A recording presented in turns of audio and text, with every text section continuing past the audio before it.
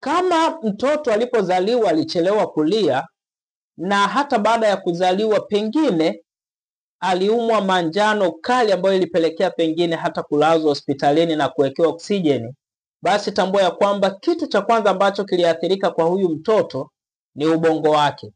Na ikiwa kama una mtoto ambaye alichelewa kulia lakini pia aliumwa manjano kali na hatimaye unaona kwamba anapaswa kuziendea zile hatua za ukuaji kwa maana ya kukaa, kutambaa, kusimama na kutembea, na pengine hata shingo yake ilitakiwa tayari iwe imesha kaza, lakini unapomtazama unaona haziendei hizo hatua, basi tambua ya kwamba unapaswa kujikita kwanza kabisa kuhakikisha kwamba unadumisha afya yake ya ubongo, unaimarisha afya yake ya ubongo, na hatimaye ndipo ambapo haya matendo mengine ambayo unatamani kuyaona yakitokea kwa mtoto yanaweza yakatokea, kwa sababu chochote unachokiona kinafanyika katika mwili kinafanyika kwa maana ya matendo yote yanayofanyika, tambua ya kwamba yameanzia kwenye ubongo. Sasa ikiwa kama mtoto hatakuwa na afya nzuri ya ubongo, maana yake ni kwamba huyo mtoto ataweza kuchelewa katika hizo hatua za ukuaji. Na hapa ndipo ambapo mzazi unaweza ukajikita kumpatia mtoto